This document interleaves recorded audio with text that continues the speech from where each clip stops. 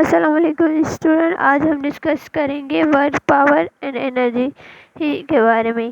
पहले हम ये डिस्कस करेंगे कि वर्क के बारे में पहले डिस्कस करेंगे। दूसरे लेक्चर्स में हम पावर एंड एनर्जी के बारे में डिस्कस करेंगे। तो आज हम दो टॉपिक्स कवर करेंगे वर्क के। उसमें हम ये बताएंगे कि वर्क क्या है। बेसिकली अगर हम अपने लाइफ में देखें तो हम किस तरीके से सोचते हैं कि वर्क क्या है, उसके बारे में हम फार्मूला देखेंगे कि वर्क का फार्मूला क्या है।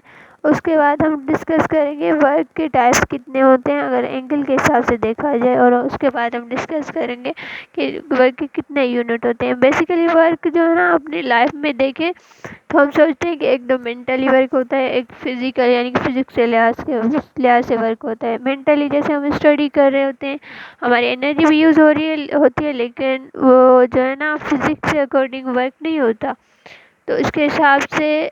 और दूसरा होता है फिजिकल वर्क। फिजिकल वर्क कैसे होता है, जैसे कि हम एक बंदा है, ये एक टेबल को एक पोजीशन से दूसरी पोजीशन में लेकर जा रहा है। इसमें इसने फोर्स भी लगाई और ये टेबल जो है ना डिस्प्लेस भी कवर कर रही है। तो इसके वजह से हम कहेंगे यहाँ पे जो वर्क होता है वो फिजिकल वर्क है। फिजिक्स के अकॉर्डिंग ये वर्क जो है ना वो है। मेंटली भी वर्क है, लेकिन फिजिक्स के लिहाज से ये वर्क है।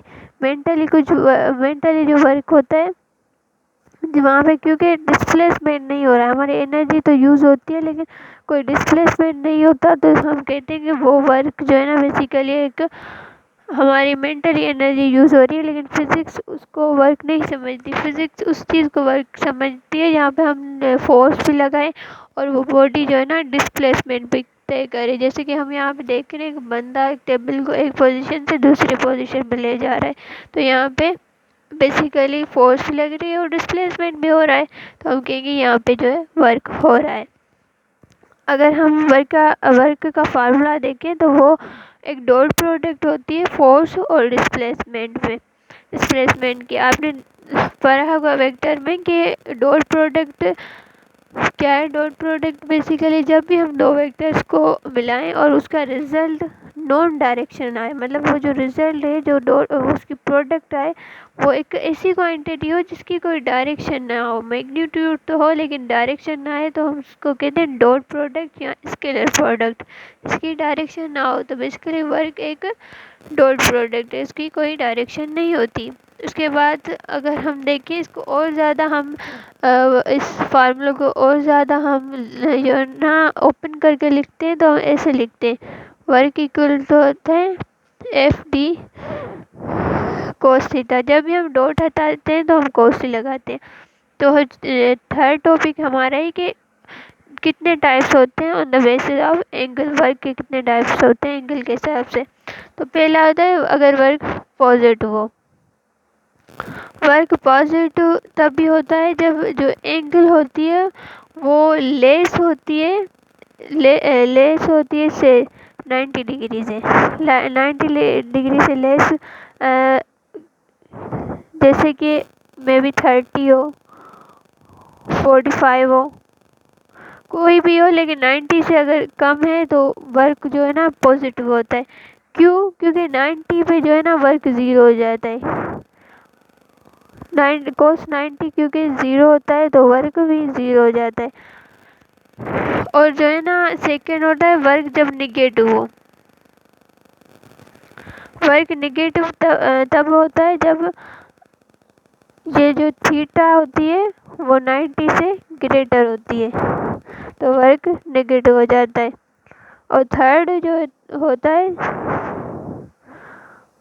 जिसमें वर्क मैक्सिमम भी हो और नेगेटिव भी हो, ये कौन सी एंगल पे होता है? ये 180 एंगल पे होता है।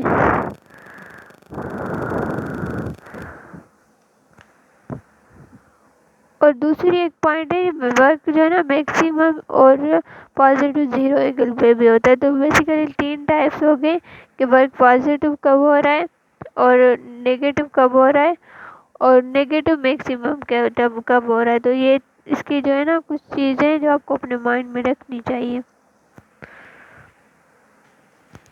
चौथा पॉइंट मैं यहाँ पे भी लिख देती हूँ कि वर्क जो है ना पॉजिटिव मैक्सिमम कब होता है? तो वर्क पॉजिटिव में मैक्सिमम कौन से एंगल पे होता है? 0 डिग्री पर होता है। कोस 0 पे मैक्सिमम होता है। और कुछ जो है ना, मैंने यहाँ पे एंगल्स लिखे हैं जो आपको ये चीज़ें याद करनी होगी, ताकि आप जो है ना कभी अगर कोई क्वेश्चंस आए तो आप उसको इजीली कर सको। देखें, अगर साइन जो है ना वो 0 डिग्री, साइन आपके पास कोई फर्स्ट सपोज आपसे कोई क्वेश्चन पूछता है, आपको ये देता है कि आप वर्क मालूम करें if force is 50 Newton and displacement is 30 meter. Angle between both is 0 degree. तो आपको वर्क मालूम करना है। अब यहाँ पे वैसे तो अगर इजी हो जाता है जब आपको एंगल पता हो, नहीं तो अगर एंगल का नहीं पता होगा कि एंगल कौन सी रखनी है, उसकी वैल्यू क्या है, तो आपके लिए मुश्किल होगी। तो यहाँ पे आप सिंपली वैल्यू पुट करेंगे और आपको पता है कि कोस थीटा, यहाँ पे कोस थीटा क्या है?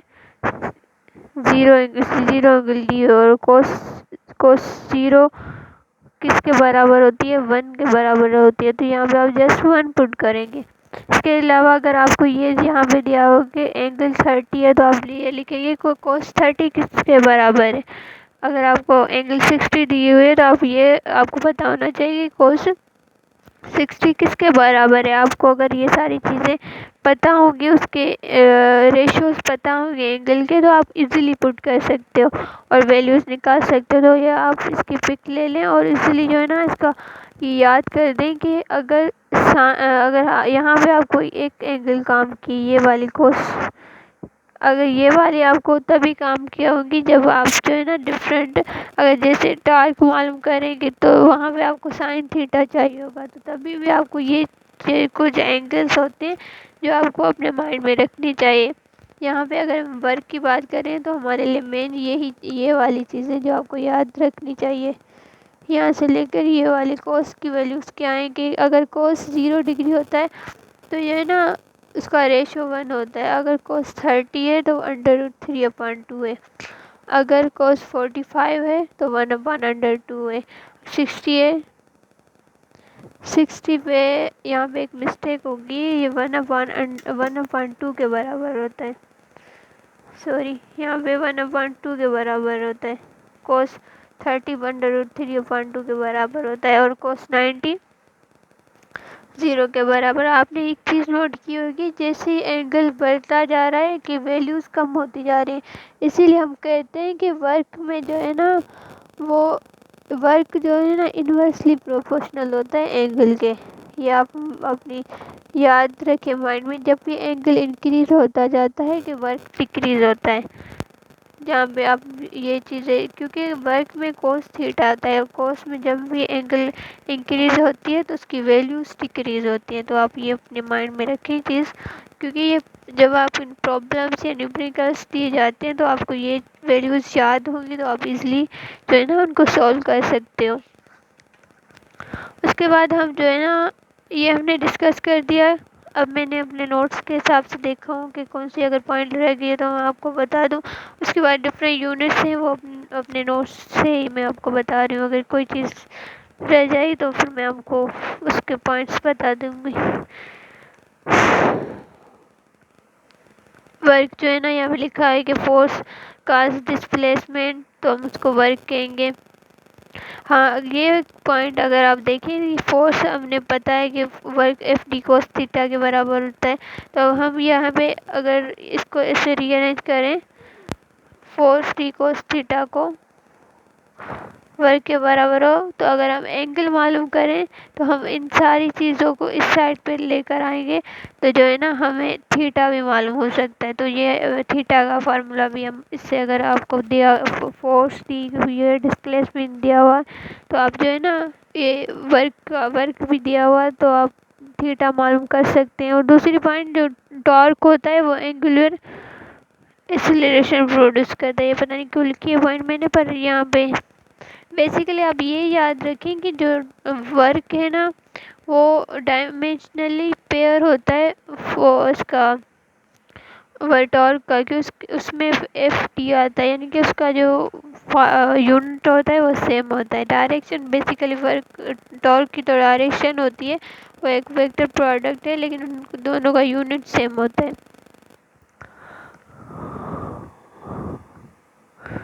ये सारी चीज़ें मैंने बता दी हैं, ये भी बता दिया है। हाँ, जो वर्क होता है वो ज़ीरो होता है सेंट्रीपिटल फोर्स में, क्योंकि आप देखें ना सेंट्रीपिटल फोर्स ऐसे लगती है, सेंट्रीपिटल फोर्स इस तरीके से लगती है और डिस्प्लेसमेंट ऐसे हो रहा है। तो इन दोनों के बीच में जो एंगल होती है वो 90 डिग्री होती है, और जब भी एंगल 90 डिग्री होता है तो आपको पता है वर्क ज़ीरो हो जाता है। तो यहाँ पे बता रहे हैं कि वर्क ज़ीरो होता है सेंट्रीपिटल फोर्स में। मैग्नेटिक फोर्स भी ऐसे ही होती है, आपने देखा होगा कि उसका फार्मूला होता है Q B sine theta. Force का, मैग्नेटिक फोर्स का फार्मूला यही होता है।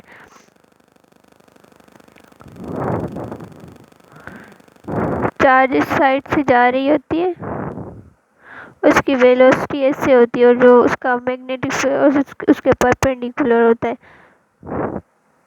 तो ये भी ऐसे ही फोर्स जो है ना ऐसे लग रही होती है, ऊपर लग रही होती है इन दोनों के बीच में, जो इसके परपेंडिकुलर होती है, तो इसके वजह से वर्क भी ज़ीरो हो जाता है, क्योंकि वेलोसिटी और जो इसके मैग्नेटिक फील्ड होती है, ये दोनों आपस में परपेंडिकुलर होती है। इसके वजह से यहाँ पे फोर्स क्योंकि परपेंडिकुलर लग रही है, और जब भी फोर्स परपेंडिकुलर होती है तो हमें पता है कि वो जो है ना वर्क ज़ीरो हो जाता है। यूनिट की बात करें तो यूनिट यहाँ से हम क्योंकि हम फार्मूला पता है तो हम यूनिट निकाल सकते हैं। फोर्स का यूनिट होता है न्यूटन और डिस्प्लेसमेंट का यूनिट होता है मीटर, तो इसका यूनिट है न्यूटन इंटू मीटर। एक और चीज़ जो आपको याद रखनी चाहिए कि फोर्स का यूनिट हॉर्स पावर भी होता है, तो ये एक हॉर्स पावर होता है 746।